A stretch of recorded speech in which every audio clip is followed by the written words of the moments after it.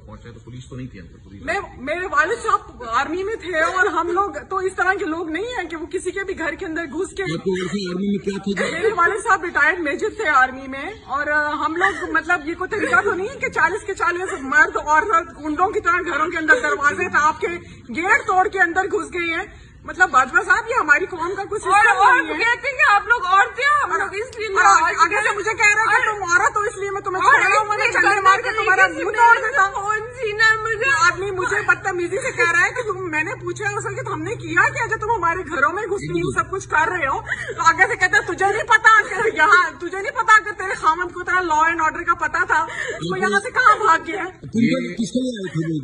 रेहान बिन जावेद साहब को पकड़ने के लिए आए थे, तो उन्होंने आगे हम पे बदतमीजी की है, तशद्दुद की है, इतना मुझे मार के इतने बुरे तरीके से मेरी बेटी को इतने बुरे तरीके से थप्पड़ मारा है, इतने बुरे तरीके से उसने फोन किया है।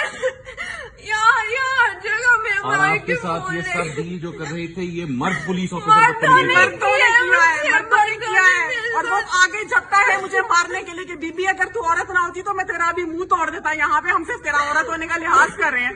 मैंने उसे कहा अगर तू मैं औरत ना होती तो क्या तू मुझे मार देता? यहाँ पे खड़े होकर तू क्या कर सकता है? ज्यादा गोली चलाना चाहता है, चला दे, और क्या कर लेगा तू?